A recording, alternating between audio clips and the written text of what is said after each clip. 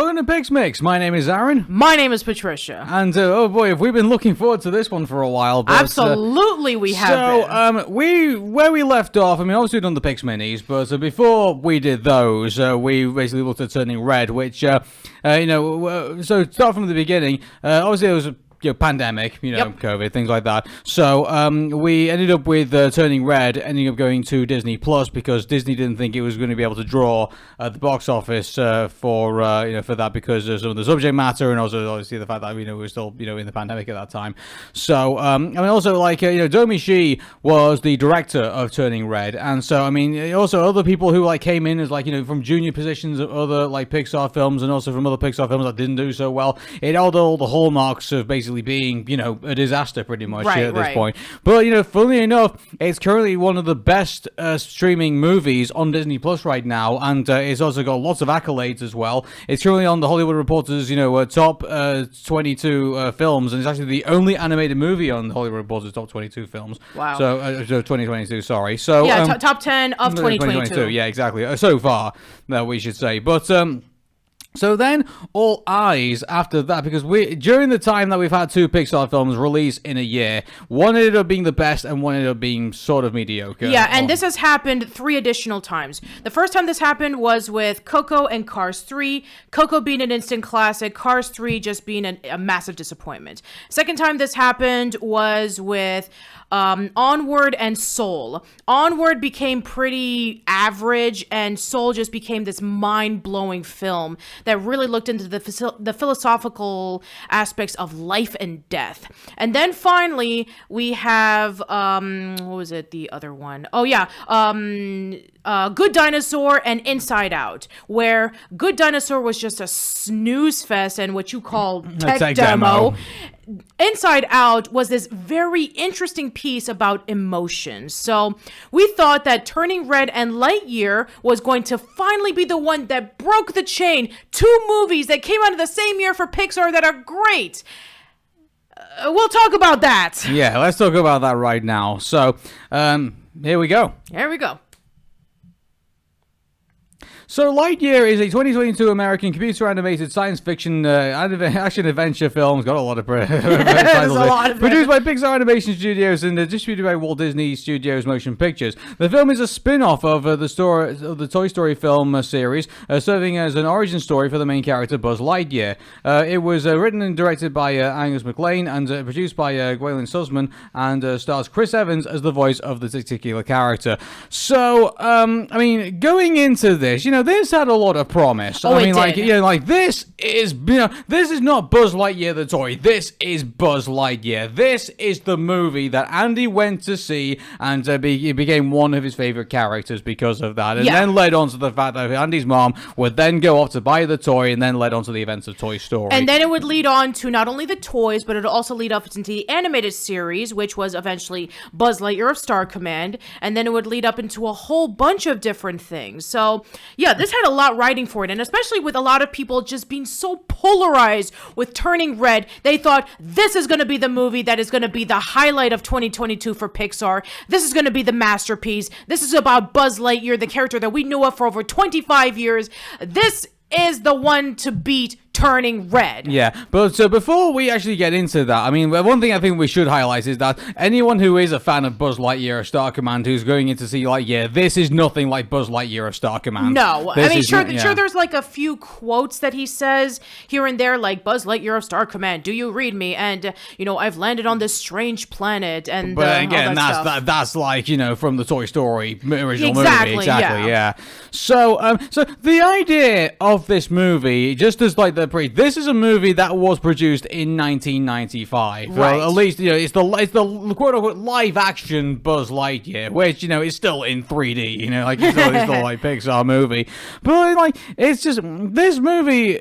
The way that it exists in the Toy Story world is sort of bizarre because, it doesn't really have, keep in mind, Turning Red, when we first saw that, this movie does take place in 2002. Yes. It has all the hallmarks of it taking place in 2002, down to the phones, down to the video cameras, down to the, the lingo. The lingo, everything like that. This movie takes place in the 2000s. Yeah, exactly. The music reflects on this. The way that Mei Ling basically says, 24/7, 365, and the way that her, her violin is, her flute is decorated with all the 90s stickers. So yeah, it definitely does feel like a legit time period of 2002 in Toronto, Canada. It does play it to its advantage. Yeah, this doesn't feel like a sci-fi movie from the not 90s. only that, even Four Town themselves even sound like a 2000s pop band. Even Billie though, Eilish does. I'm sorry, the fact that still blows my mind that Billie Eilish and Phineas wrote the music. Well, keep in mind, like, Billie Eilish grew up with Justin Bieber. I so, know, like, she knows what pop is. I know, but still, that's just crazy to me. Yeah, but so, I mean, we bring this up because, like, this is sort of what we expect in regards to, like, a movie taking place in a particular period of time. Yeah, I mean, we're talking... produced in a particular period of time. Yeah, I mean, we're talking about, like, 90s sci-fi. We're talking about, like, Demolition Man. We're talking about Total Recall. We're talking about Independence Day. We're talking about Galaxy Quest. We're talking about the Lost in Space remake. We're talking about the Star Wars films. We're talking about, Fifth Element, if you want to put that in there, sure. But, yeah, there was a lot of sci-fi films that were definitely like what that particular feel was in terms of like, okay, this was what a sci-fi film was like in the 90s. Yeah. So we are introduced to Buzz Lightyear in this, and like, so they go like through the whole, like, as you said before, Buzz Lightyear Star Command, like, they land on an uncharted planet, and they're not too sure what's on it. He's not too sure about the atmosphere, and then we get introduced to Hawthorne, which is like, the side character in all of this, and so it starts off as like pretty much your typical action movie. Yeah, it feels very similar to like the J.J. Abrams Star Trek films, in which they're exploring this uncharted planet and they have no idea what's in store for them, and they try to figure out what's in it, and then all of a sudden you have these green plants that are trying to grab them, and inadvertently they don't know this, but the green plant is actually dragging their spaceship down, and they have to run and they have to go back and leave the planet right before they're trapped in there. Well, there is one trope that I didn't know. Actually, we say that about the trope that they should have, like in the 90s. They had the whole trope of like, oh, here comes the rookie, and like he just inadvertently gets himself killed. I like Judge Dredd. Of course. Like, of course they have that. So like, I mean, so they do have like, here comes the rookie. Like, the Buzz Lightyear doesn't believe he's going to compromise the mission and things like that. And unfortunately, he does end up kind of like he's doing everything. But mind you, that in itself is probably like one of the good points of the movie, is that it basically puts Buzz in his belief that he's the one who solely can basically save everybody from like the impending doom. And this is very consistent with the character, because he was the exact same way in Buzz Lightyear Star Command, the pilot movie that we discussed about in PixMix a few years ago, where he had his partner. The partner dies. He's paired up with a new set of crew members. He doesn't care for them. He feels like he should be on his own. So this is pretty consistent. So and also it's kind of like plays to, like, dare I say, it also plays to Buzz Lightyear, also the toy as well, because like in the Toy Story, like he also believes like he needs to get back, and like everyone else is like even though he recognizes Woody as sheriff, like he knows that he does. There's one thing that I think is also something else in the Buzz Lightyear, like the character. One thing they didn't notice is that he is respectful of like other authority figures, I guess you could say. But anyway, we'll get to that also part of his aspects of the character in a minute. And so obviously they end up getting stuck on this planet, and so they end up having to settle there. But Buzz Bullet, is so convicted that he wants to get everyone back, and he feels really bad about it as well. He even court-martials himself. Exactly. The reason why is because he feels like he doesn't need Feather Hempstead. I don't know how to pronounce the name. They make a joke out of it. So I mean, Buzz feels like he can control, the ship, and he doesn't need Ivan, who, by the way, is like the automated computer. He feels like he doesn't need her help either, and so he misses just slightly, and then the ship falls down, and so they're pretty much marooned there. And so he feels like he needs to find an energy source, that way they can be able to power up the ship so that they can finally be able to leave the planet. And they decide to do a test run after 1 year of being inside the planet, and he says that if we're able to go into this hyper mode, then we can be able to travel in the speed of light. That will take about 4 minutes for us to go around and go through these rings and become really successful. So they decide to try out the first time, in which he does the experiment. It it goes in a disastrous way, by the way. And then when he finally lands back on the planet, he wasn't gone for 4 minutes. He was gone for 4 years. Yeah, and so actually that was quite jarring when that came in. Like, he's been gone for 4 years. Like, I thought they were actually gonna do the whole thing. Like, they've forgotten all about him, which they sort of did. But they all thought like, Hawthorne never gave up. He thought one of these days he's gonna come back. Yeah. So. It's very similar to Interstellar. You ever seen that movie? No, I can't say. Yeah, it basically, like, you can't stay very long in the planet because for every minute that you're in that planet, it's actually years that's going on Earth. So it's basically a race to get out of the planet right before it's too late. Yeah. So Buzz tries again, ends up skipping another 4 years, and this ended up becomes a regular thing. But one thing that's happening is that Hawthorne, who is the commander of the colony that they set it up there, like, she's getting older, and you notice through that. And then we basically get to the point where we get to the controversy. Oh yeah, so let's talk about this. So before Lightyear came out, there was a bit of a report discussing about that they were trying to include LGBTQ representation in a lot of their shorts and films and movies and TV shows. So they were announcing that they were going to have a same-sex kiss for the first time in a Pixar film, and then Disney was like, no. This was around the time in which we found out that they were, giving money to organizations that promoted the Don't Say Gay bill thing. And then Pixar was like, no, you're not going to remove this from our film. We worked really hard on this film, and we feel that this is very important for the character. And so Disney obliged and said, okay, we're not going to remove this scene. And then when we finally saw the scene, we were like, wait, that's it? Yeah, that was it. By the way, one thing I'm actually noticing, guys, is that people like say, "Oh, well, this, the lesbian kiss would never have taken place in a 90s movie." I actually want to point you to Star Trek Deep Space Nine, Season 4, Episode 6, which featured two female characters actually have a kiss on screen. Yeah. And this took place, the original air date was October 30th, 1995. So, I mean, having a lesbian couple in a science fiction movie was probably not too far-fetched, given that Deep Space Nine at the time, okay, it's not a movie, it's a TV show. Right. But, it would not have been unheard of basically there being a lesbian couple in in a sci-fi thing. Yeah. So it would have happened regardless of that. Yeah. But here's the thing: at the time, Deep Space. I mean, I don't know how versed you are with Star Trek, but Deep Space Nine was considered to be not as huge or as popular compared to Star Trek: The Next Generation. Really? Yeah. Obviously not as big as Next Generation. I mean, the Star Trek, the classic Star Trek series are classics. Yeah, sure. Yeah. But at the time when it first came out, a lot of people didn't like it. But now it's actually considered to be one of the best, if not the best, incarnation of Star Trek. Yeah, but those who argue they wouldn't have been a lesbian kiss in a 90s movie. Like, well, Deep Space Nine had, exactly. There were lesbian couples in 90s, I mean, we were whether Andy would have gone off and seen them would have been a whole conversation. Yeah, that would have been a whole conversation. I mean, remember, Sailor Moon came out in 95, and we already know about Sailor Neptune and Sailor Uranus with the whole, but they're not a gay couple, they're cousins. Yeah, exactly. So, again, it took place, for a quarter of a second, and then we basically moved on. I can't believe that. And you know what the stupid thing was? We even talked about this in Arun and Patricia. There was a movie theater in Oklahoma that actually gave off a warning on their theater saying that we're going to try our very best to fast forward that scene. Fast forward what? It was it took place even, you didn't even need fast forwarding. It was over before it even began.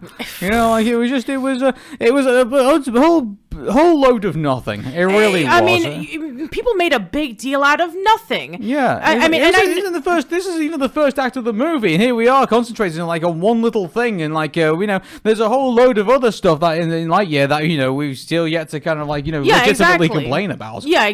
Trust me, we have a lot to, but we'll get there. But that thing to complain about. No, I wasn't even remotely thinking about that. So let's talk about what's actually wrong with this movie. Well, before we talk about what's remotely wrong with this movie, we just need to go into the main part, which is actually it's basically splits up into 2 acts. Well, technically 3, with the 3-act structure, but in this story, it splits it up into 2 acts because Buzz has been doing this over and over and over again to the point in which he's been doing this for 62 years. Yeah, and then finally. he was trying like one last time, and then another Commander Burnside basically forbids him to do it, and they said, we're going to stay on this planet and we're going to make the best of it. It was basically considered to be a failure, so you don't need to do that anymore. So Buzz is riddled with guilt. By the way, we forgot to introduce Socks in our discussion. Yeah, so Socks is obviously, hey kids, buy the toys. Well, to be fair, I think he's the best character introduced in this movie. You reckon so? Absolutely. Like, do you remember any of the other side characters that we were introduced Hawthorne. to? Besides Hawthorne, but but the daughter also, granddaughter, granddaughter as well. But yes, I do agree as well. But Socks was a delight. I thought that Socks was pretty funny. Yeah. He was cute. He was actually really helpful. Yeah, he was. Yeah, but I think that was his whole point. So when his whole point was that Buzz Lightyear was going through a lot at the time, and so obviously Socks was brought in as his companion to obviously help him out with all these frustrations or all this emotions that he probably had. Yeah. So he is your companion. He's a lot like a lot of people have them at work or take them I think we've got the term. Yeah, you're talking about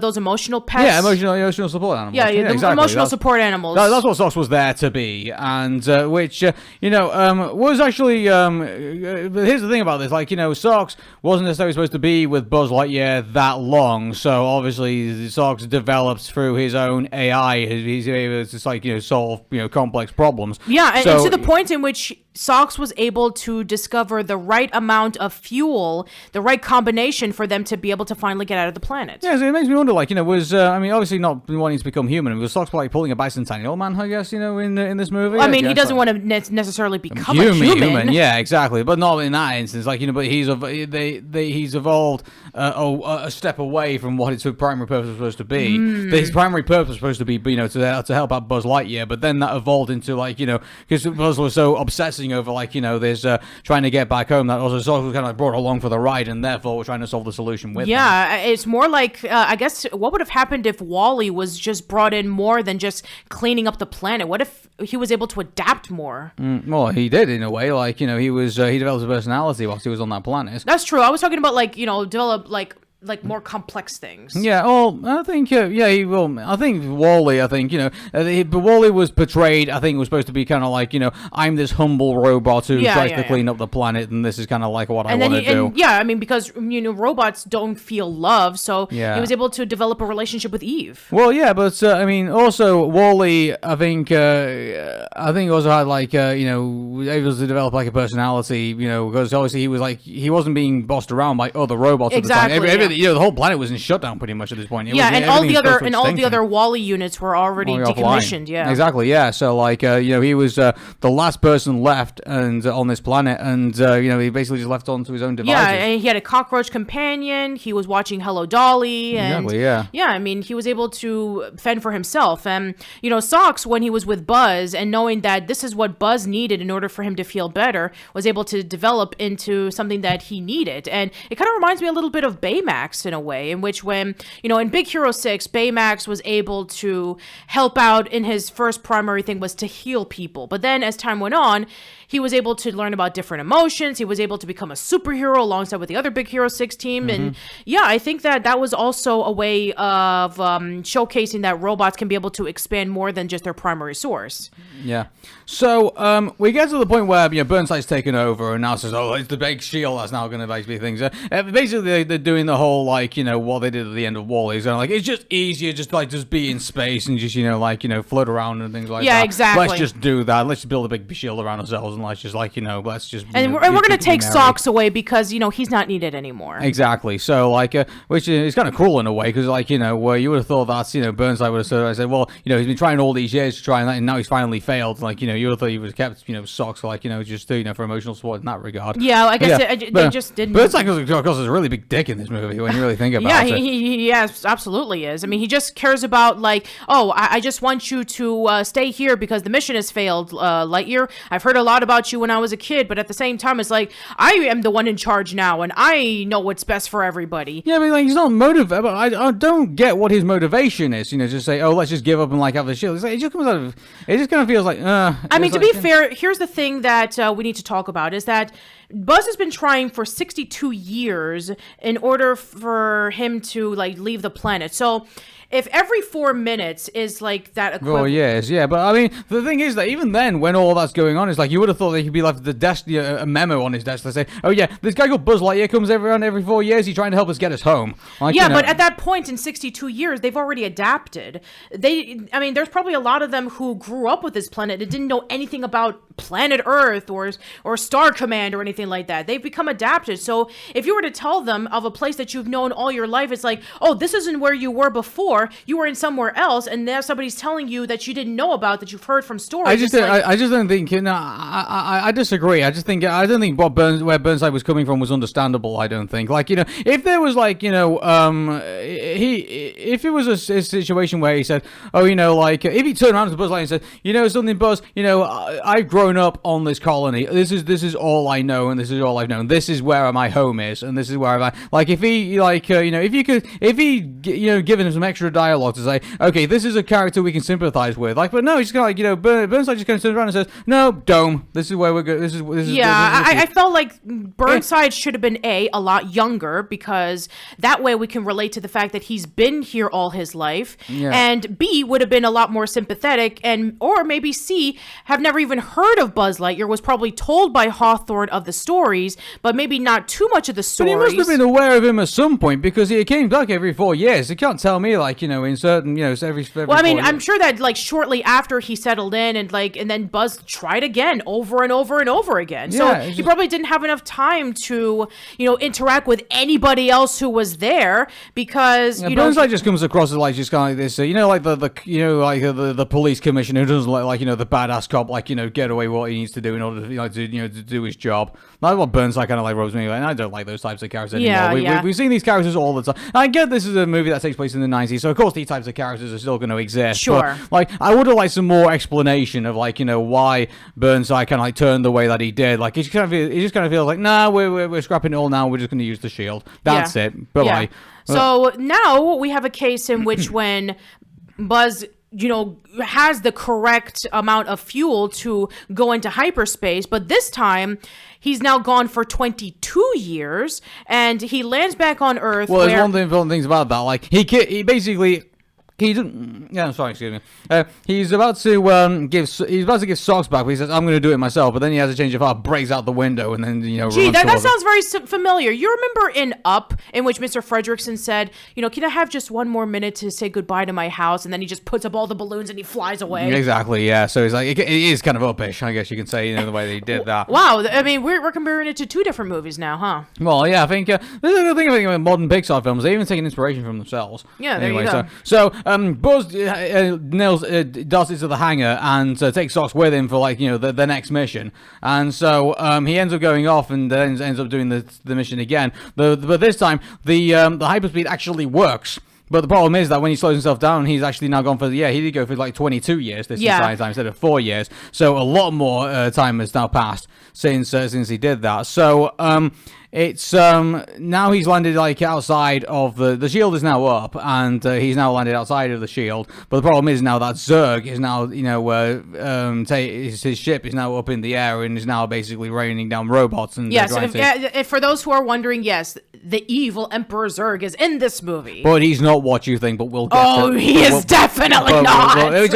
Which we'll get to that in a minute. Yeah, we will. So we are introduced to Hawthorne's granddaughter, Izzy. and Izzy, and then all the other characters that So both things we have more Morrison and we have Darby Steele. Yeah. So we have this four, and Buzz thinks that they're like an elite unit or things like that. In actual fact, they're actually junior officers, like that were like basically on a scouting trip, like to make themselves better, and they're not even at the point where they're even rookie cadets. Yeah, pretty much. So basically Izzy is very similar to her grandmother, where she's training up to be a space ranger, just like like her. Mo is trying to be like he's on parole. Yeah, he's on parole, and then Darby, is basically like a weapons expert. Yeah, exactly. So, well, man, not very good one at that either. Yeah, none of them are very good. Yeah, none of them are very good at all. So, Buzz, obviously, right off the get-go, he basically, like, goes into, like, the same way they went with a rookie in the very beginning of the movie. He basically says, I need to do all this myself. I need to work alone in this. And, like, mind you, again, we've seen this with another character. You know who that was? What's that? Mr. Incredible. Of course, yeah. Basically, the same thing in which when, you have the young syndrome, and he dresses up as Incrediboy, and he thinks that he can be able to, help him out, and then he starts screwing things up, and then he tells him, back off, kid. I fight alone. And exactly, so, yeah. And this is Buzz Lightyear basically doing, not probably a less entertaining Mr. Incredible, I guess. Well, and even so, I mean, it's very similar to, again, like Buzz Lightyear Star Command, when he's paired up with, Mira Nova the princess, and then he's paired up with the robot, and then he's paired up with the janitor. So, yeah, it's like, I don't want to pair up with you guys because, I work alone, and my partner's gone, and all that kind of stuff. So, yeah, very similar. Yeah, exactly. So, we end up in the situation where, they have to go to the hangar to go get the, what's the name of the thing, of the ship they need to get to try and get back to, well, they need to go to the Zurg ship in order to the Zurg ship, yeah. Yeah, so they get the, what's it called, the name of the ship? It's named after an animal. Oh boy, what's it called? Well, they need to get to a ship to basically go up to defeat Emperor Zurg and, be able to, get back to where they are. So, Buzz wants to do this by himself. Izzy and everyone else won't let him, so they want to go with him. And so they end up going into the hangar where there's all these live, the aliens that are all in there, which, they don't want to disturb. So they end up disturbing them anyway. Which, by the way, the aliens look just like the face huggers from Alien. Yeah, well, it always surprise me if they take a lot of inspiration from, other, sci-fi movies. So, like, that's one thing I noticed about this, actually. Like, the Zurg ship kind of reminds me of the Death Star a little bit. Yeah, the Death Star. What are they called now? What? The basically the Imperial ships. Oh yeah, from Star Wars. Yeah, exactly. Yeah, so the Imperial ships on there. So the kind of Zurg ships kind of reminds me of that, and I just think that so they basically have all that situation, and then they have the bit where they have to get the spacesuits and have to interact with the stealth mode. But Buzz says, "Okay, you use the stealth mode and you get out there and be able to go away from all the aliens." But he once again fails to tell them. In a way, he fails to tell them that the stealth ability doesn't last very long. Last forever, and has an ability. The one thing I'm starting to pick up now on is that Buzz in a sense kind of does remind me a little bit of Fantastic Mr. Fox, where where Fox Foxy ends up putting a plan together, but he obviously doesn't be able to execute it well. Something obviously goes wrong. Like the master, you're not having a master escape plan. Yeah. Not looking the beagle in the eye. Things like that. Like Buzz will come up with a plan. He will come up with like some kind of plan, but then he doesn't think things through all the way through, and like you can tell that he needs help, kind of like evolving his scheme, if you will, to kind of like get to the end goal, if you will, and that's where Buzz Lightyear is lacking. He doesn't see that. Like he just says, "Oh, well, this didn't go wrong. I blame myself for the entire thing." And doesn't accept any help. Right. And so that's Buzz Lightyear's character flaw in all of this. So so he has that in situations many times with with Izzy and all the other space cadets that he has. So they finally do get the ship, but obviously they're being trailed by Zurg's robot forces, and it gets to the point where they end up losing the energy crystal because of it. And because the remaining robot takes it away, and so and then finally we have a moment in which when Buzz is also taken by Zurg as well, and Izzy blames herself because she inadvertently pushed the button too early, and they were just about to get away, but then she just like jumped in too quickly, and so she blames herself. I thought for a moment that she was going to go for a very similar situation with Buzz. It's like she's going to be lamenting on her regrets, and she's going to try everything that she can to bring Buzz back. And then all of a sudden we have them eventually going into the spaceship when we found the other rogue robot and that kind of stuff, and so that goes pretty quickly. And then finally we have Buzz introducing himself to the Evil Emperor Zurg. And you would think that with Toy Story 2, that we know who the Evil Emperor Zurg is. With that joke about, like, I know about you. You killed my father. No, Buzz, I am your father. So we thought that, okay, so we thought that was basically. I was expecting the entire time when they finally comes face to face with Zurg, like he was going to go face to face with his dad. Yeah, I thought, oh yeah, this is where we're going to get it. And when he removes his helmet, it looks like an older Buzz, and it's like, yep, it's his father. Yep, it's his father. And even Buzz like, wait, are you my father? And he goes, not exactly. And like then he goes, like, oh no, I'm you from an alternate timeline where you continue to kind of keep doing everything you can, but then you kept failing. But then you decided to escape and go use the hypercrystal to go off and find this newer technology. And so you end up using that, and then you end up coming back, and then to try and get everybody back home. So basically, he has become like a manic obsessive over the years that he's basically been. So it's very similar to Charles Muntz from Up, in which he was so obsessive of trying to get the bird to prove to everyone that he's not crazy, to the point in which he stayed there for decades. He lost all of his credibility. He stayed there as an old man just so he can be able to prove everyone a point, even though that most of them, if not all of them, would have been dead by now. So what he's doing is a fruitless mission. So I take it that at this point, with him being an older Buzz Lightyear, trying to get everybody back home, in his timeline with him being, cast aside as like somebody who they don't want anymore, and then him still trying to save everybody, what he's trying to do is a fruitless mission. So this is a very similar thing to Charles Muntz also it's again. destructive as well, because like what the older Buzz Lightyear is trying to do is that he's trying to basically time travel back to when before they ended up crashing up on that planet. So everything that would have happened, like all the kids that would have been born, like all the families that would have taken place, all the people who had been there, lived there, and died there, none of that would have ever have happened. It would have just gone back to the point where Buzz Lightyear was going past the planet, and he would have basically changed it where none of this would have happened. Yeah, but not realizing that it was going to have an effect on probably like hundreds of lives, back on the colony. Yeah, exactly. So Izzy wouldn't have existed, and Hawthorne would have probably still been in her old position as Space Ranger. Probably would have never met her significant other, and all the people who were in the colony, who knows where they would have been. So he was essentially saying, there's lives at stake, and you're just going to take that away. And then Zurg was like, well, yeah, we're just trying to right a wrong that we're doing, and we're just trying to get back to our old lives again. We're trying to be Space Rangers. We're trying to go back into Star Command. We're trying to do all this stuff. Yeah. This is what you wanted. This is what you've been working for 84 years. And that's the realization that Buzz Lightyear has, that he's been so obsessed with all of this stuff, and that he doesn't need this. He never had the opportunity to live a life. Exactly, yeah.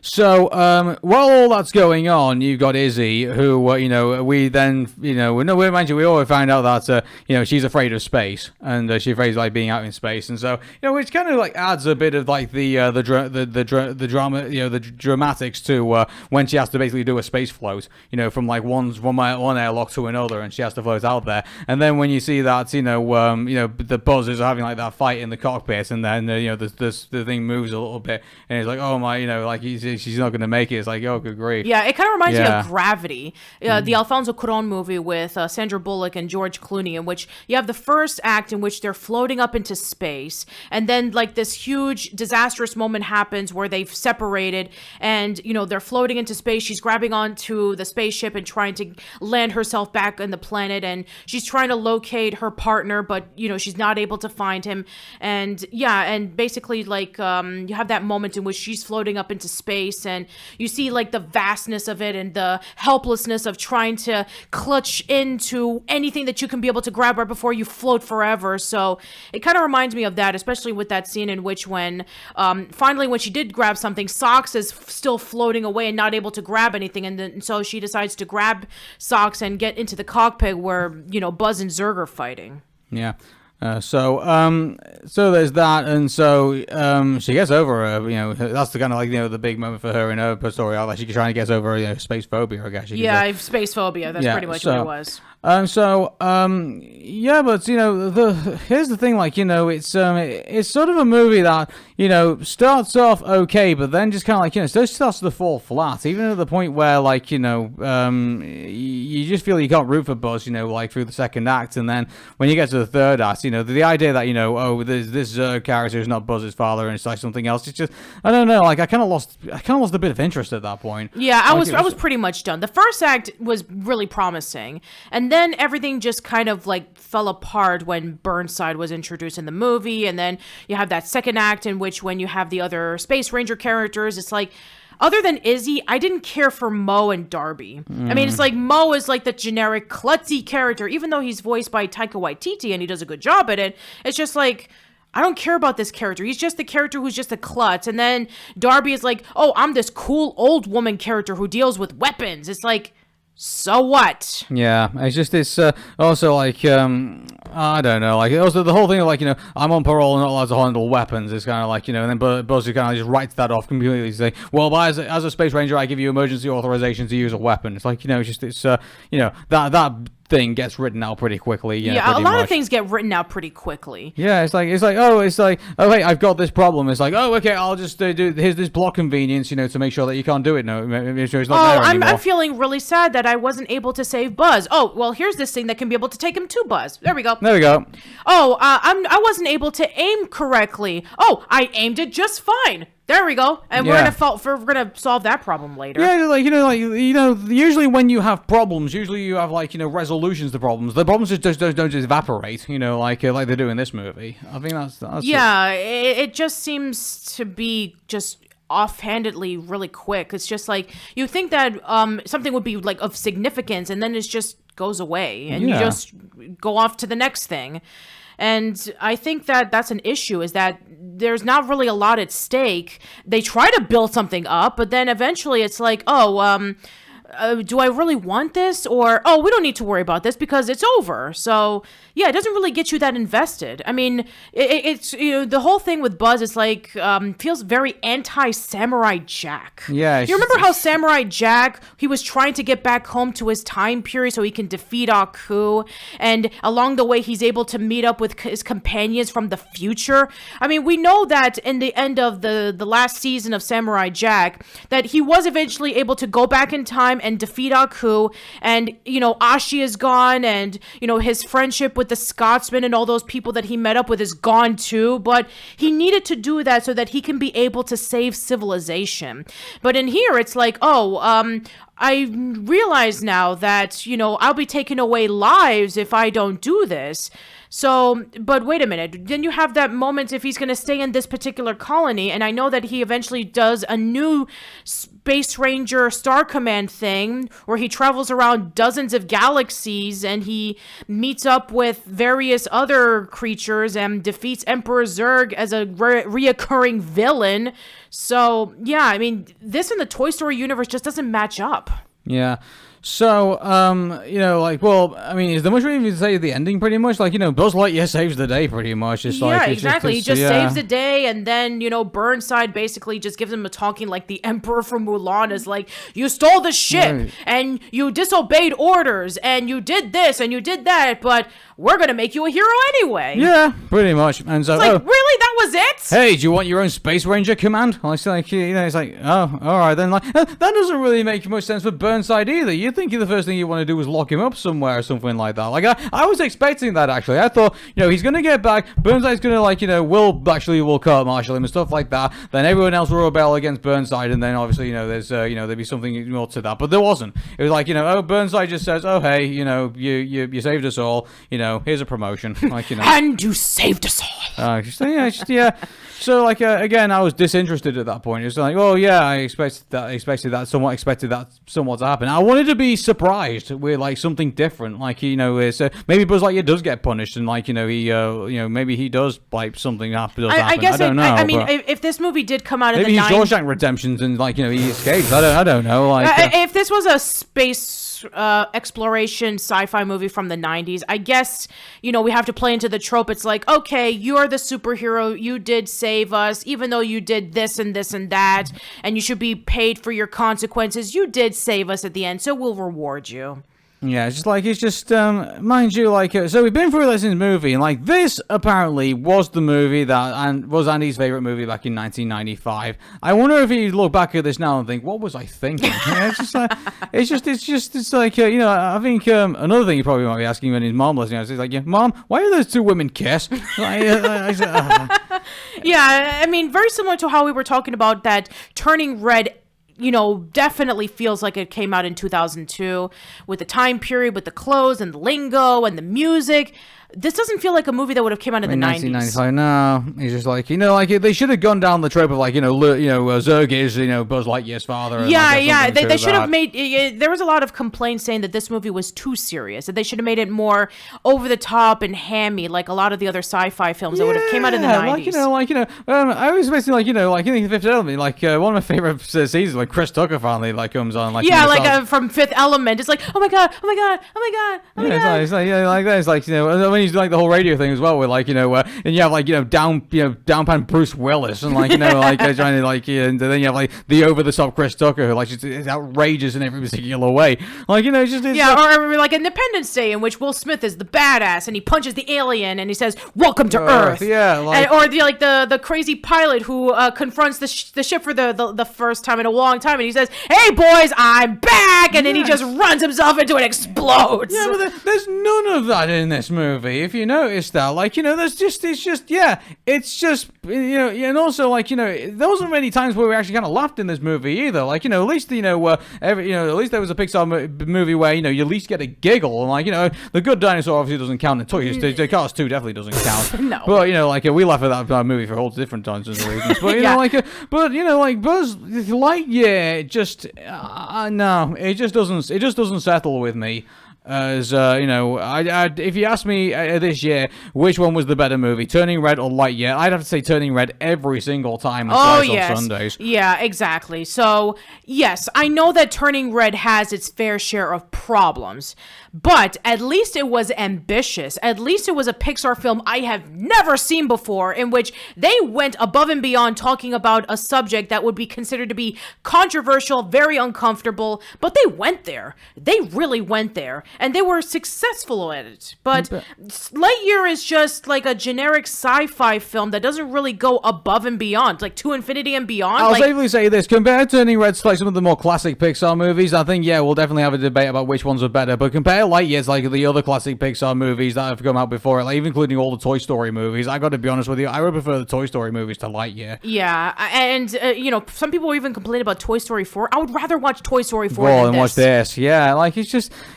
I was really hyped for this movie. I was excited for this too. Yeah, we wanted this to, we wanted there to be two good Pixar movies this year. We wanted Turning Red to be good, and we wanted Lightyear to be good. But what we said was we got Turning Red, that was a good movie that ended up on Disney Plus as a Disney Plus original. We ended up with Lightyear in the theater that no one seems to be going to watch. Oh, speaking of which, this happened when I was in the restroom. But what happened when you were waiting for me? So if you remember back when we saw the video on the Old School Lane Twitter on the Old School Lane Twitter, we did a video and we showed an empty movie theater, and only me and you and maybe a couple of Disney adults and a couple of nerds, who probably were fans of Pixar to begin with, were only there in the theater. There's probably maybe to be fair, there was 7, maybe 8 of us. Yeah. In a movie theater that's probably fit for 300 people. Right. It's not good.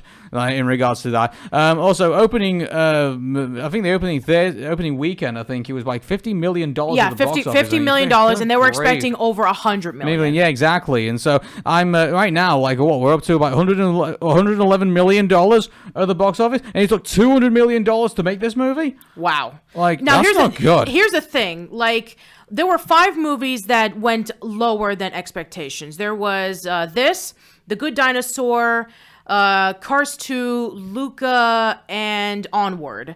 And The Good Dinosaur and Onward are tied in the lowest grossing box office weekend. They only made $39 million. Oh, boy. But this is almost right up there, in which it made $51 million in its box office weekend. Yeah, I just think that's, a lot of people looked at Lightyear, and I just think that I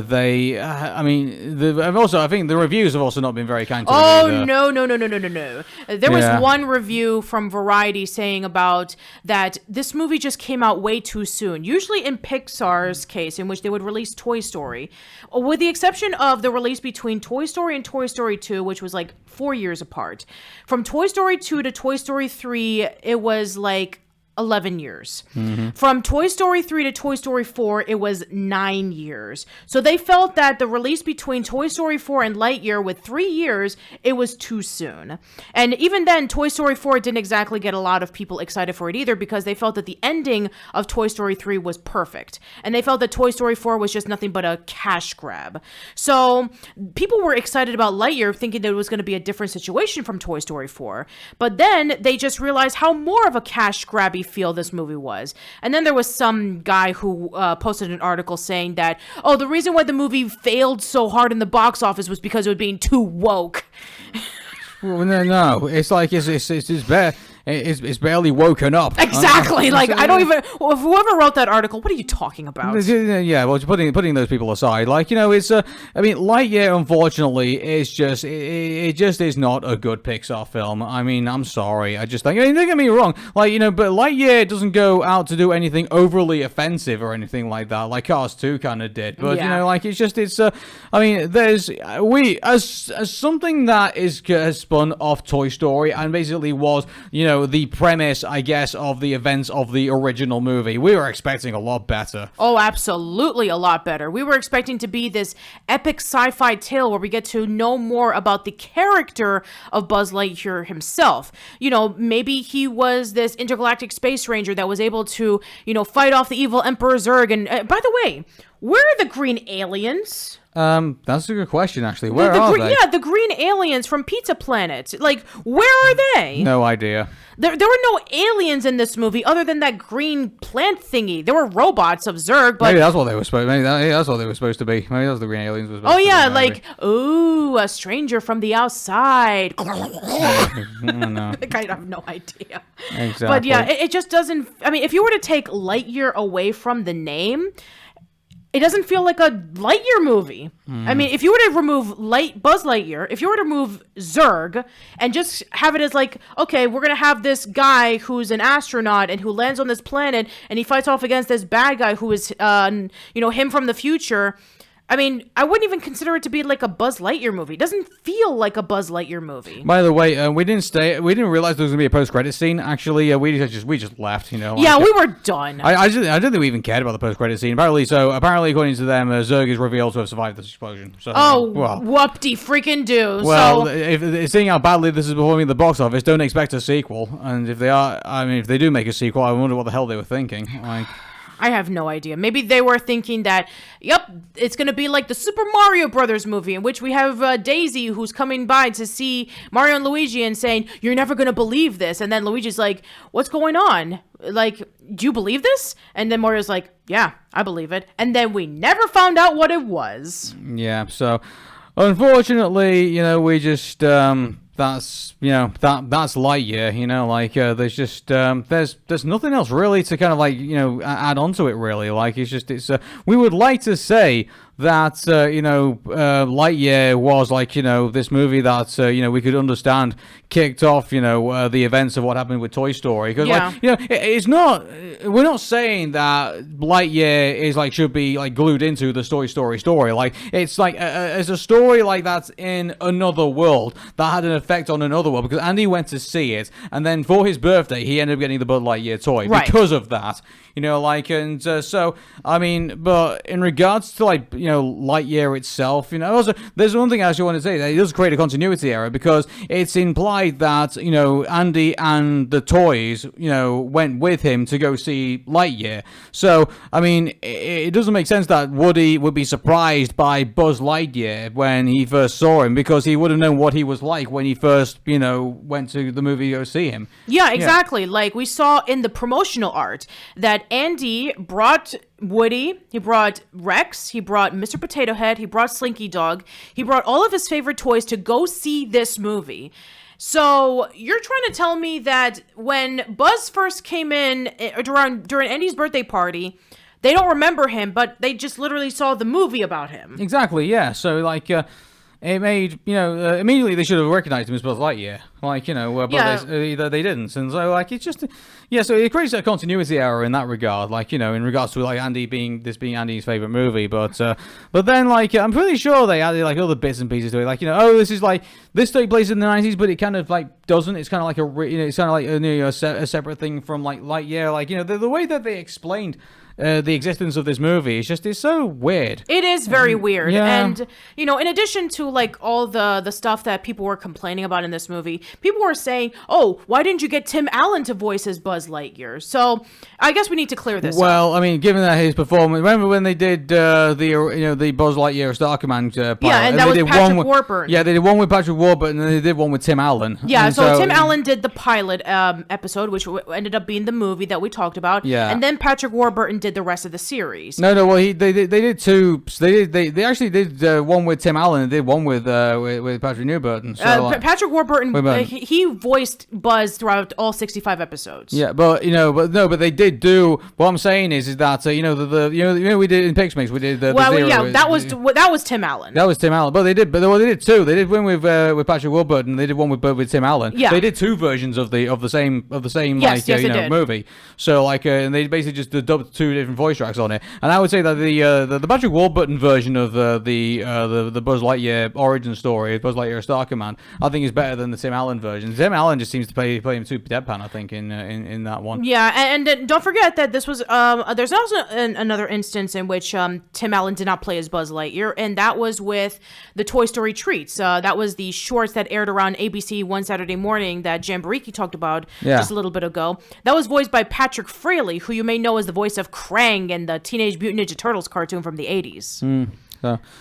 Anyway, I think we've pretty much talked Lightyear out, I think, at this point. Yeah, I guess there's not really much to say. I mean, I'm just really disappointed with this movie. Yeah. I thought it was going to be so much better than it was, and I was hoping that if it was a success, maybe we would have gotten a Woody's Roundup movie or something. Oh, Woody? Well, yeah, I don't think that's going to happen now. No, and the sequel to Lightyear. I tell you what, I would be interested to see Pixar do a spaghetti western, but I got to be honest with you, like spaghetti westerns were like the 50s and 60s. Yeah, they much. were. Like, yeah, so I don't think they probably. I mean, that's. I don't think our audience demographic's going to. I mean, the only reason why people would tune into it nowadays is because Quentin Tarantino loves spaghetti westerns, and he did that with Django Unchained. And... Yeah, but maybe. But I highly doubt they're going to make a Woody version of a Woody's Roundup version of Django Unchained. Yeah, I guess not. But yeah, I mean, you would have thought that a movie that would have like been around the 90s would have really played into that over the top 90s cheese, but they just played it way too deadpan. And just being 90s kids, like, that's what we would have wanted for a Lightyear movie as well. Think about The Incredibles, when they did the Mr. Incredible and Pals, and they did the Clutch Cargo animation segment. That was hilarious because it fit It fit the time. It fit the time period, yes. This doesn't. Like, it doesn't feel like a movie that came out in 1995. It feels like a movie that came out in 2022 that tried to be like 1995. Yeah, exactly. Like, I do not believe what we saw was Andy's favorite movie. I'm sorry. Like, maybe it probably might have been for like maybe 2 months, and then after that he found something better to do. Yeah, and it just makes you wonder about the alternative story of Toy Story 3. Imagine if they actually did make this movie and based it off Buzz Lightyear: A Star Command. Like, and they put in like all the characters from like, like you would have brought the robot, you would have brought in Mira Nova, you would have brought in Booster, you would have brought in Zurg, you would have brought in all the other characters that we saw in the cartoon. Yeah, like, okay, it'd be kind of sad to not see Socks, but at the same time, like, it would have been familiar to a lot of people who grew up with Buzz Lightyear: A Star Command. Yeah, and to think, from what I understand, Pixar doesn't like Buzz Lightyear: Star Command, so they don't consider it the same continuity. Yeah, exactly. But I mean, like,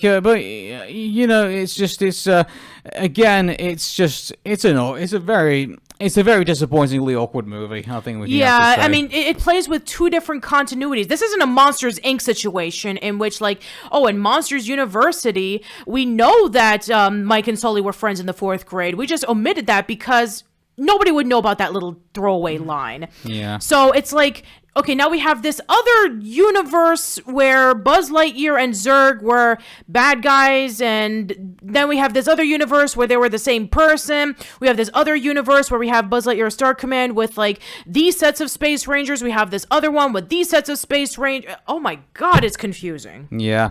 Anyway, I think you know where we're going to go with the scoring, I think. Oh, for yeah, this, absolutely. Yeah. So, here's the thing about this. Like, Lightyear does not do anything overly offensive. I actually do like the design of Buzz Lightyear, and I do like the design of, like, the characters and things like that. I do like the music. It does make you feel like you're in a sci-fi film. Yeah, the problem is... exactly, yeah. Yeah, the problem is that it just lacks, like, the where it is at the time. It's supposed to be a 90s film. It's supposed to have that 90s sci-fi cheese in it. It doesn't have any of that. It just it feels like I can't believe it's not cheese, or like something like that. Like it feels like plastic cheese, if anything. Oh, like, processed American cheese. American cheese, I guess you can say it is. Yeah, this was supposed to be like sharp cheddar, but instead it just feels like processed American cheese. Exactly, yeah. So I guess you can say the characters put in the best performance. I think you could probably say that they put in, but it's just the script is lacking, the character development is lacking. It's just the whole narrative of the movie just feels strange, and it just doesn't feel something I can say, yeah, this is something that definitely Andy would have probably watched and probably would have loved back as a kid. I think if you, again, like I said before, I think if Andy looked back at this movie now, I think he probably would be thinking, what is he thinking? Like, it wasn't as good as when I first saw it. I mean, we all have our films or TV shows that we watched as kids, and then when we grew up to be adults, we're like, what was I thinking? Yeah, at one point, Masters of the Universe starring, the guy who played Ivan Drago. Oh, Dolph Lundgren, yeah. So, yeah, that He-Man movie I used to watch all the time as a kid, but now I look back at it and think, what the hell was I thinking?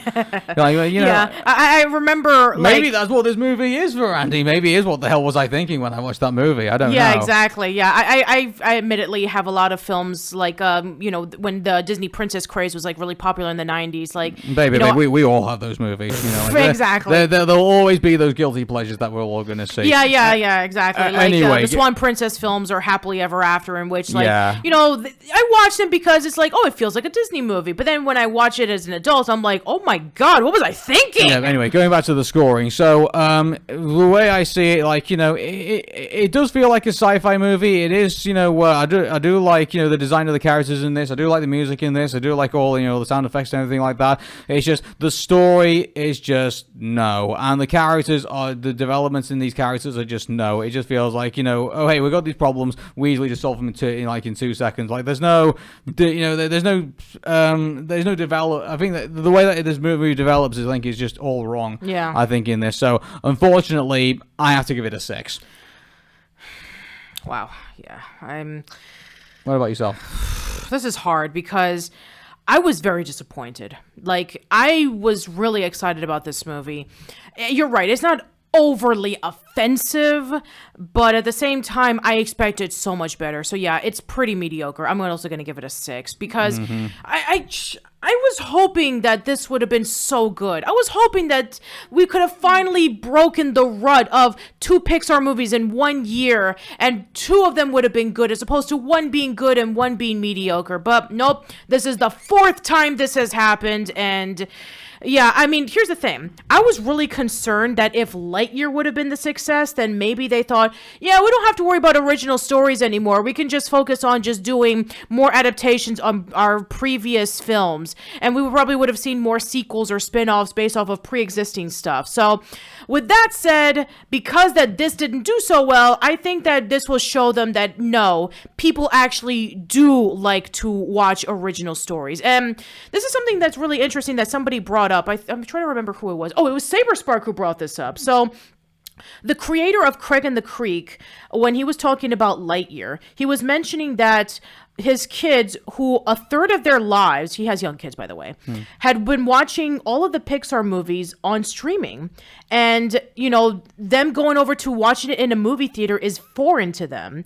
So maybe the reason why is because kids are so accustomed to watching stuff on, on streaming services from home that they don't even need to go to a movie theater to watch it because it's already going to be out in a few months. I mean, I just finished watching the Bob's Burgers movies not too long ago, and that's going to be coming out in a few weeks on Disney Plus and on Hulu and on HBO Max. So, yeah, I mean, maybe for young kids, it's like, why do they need to go to a movie theater? I don't know. Like, the theater experience, I think is still really cool. I think definitely the IMAX, definitely. You know? Sure. For us, maybe, but for the younger kids who, during this pandemic have watched a lot of stuff from home, it makes you wonder. I don't know, but I think here's the thing. Like, I don't think Lightyear being mediocre, I think, is necessarily the theater's fault. I guess that's true because again, going into I guarantee you, if they released Turning Red in theaters, I guarantee you would have done better than Lightyear. Possibly, yeah. There was one other thing that we forgot to mention.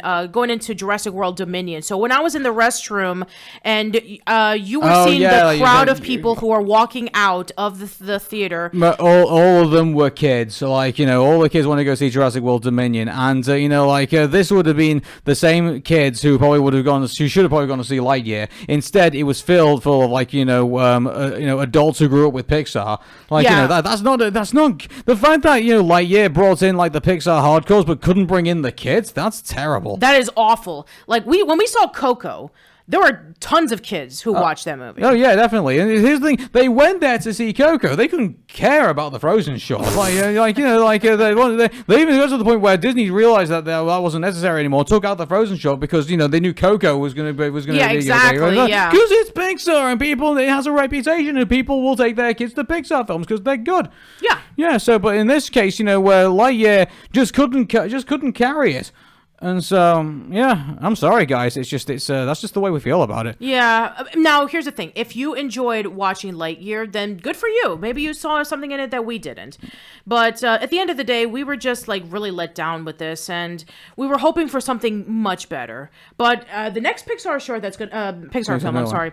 Yeah. By the way, there was no Pixar short for Lightyear. Yeah. Well, I think this is the thing. I don't know how to feel about this because I don't know if at the very beginning, obviously this was still in the planning stages during the pandemic, so I don't know if I think when they were talking about Turning Red, saying it was going to go to Disney Plus, there was also talk as well that Lightyear was also going to go to Disney Plus as well. I don't know if they were deciding if there was going to be if it was going to go into theaters or not. I guess there was a decision made, maybe before they could even think about doing a short, that Lightyear was going to go back to theaters. And maybe that's the reason why there's no short with it. I don't know. I don't know either, but that kind of worries me because Toy Story 4 didn't have a short, and Onward was paired up with the Simpsons short, and Soul and Luca, their shorts were brought over to Disney Plus exclusively, but they didn't have a short that went alongside with their films. So yeah, Turning Red didn't have a short, not even a short that features Mei Ling.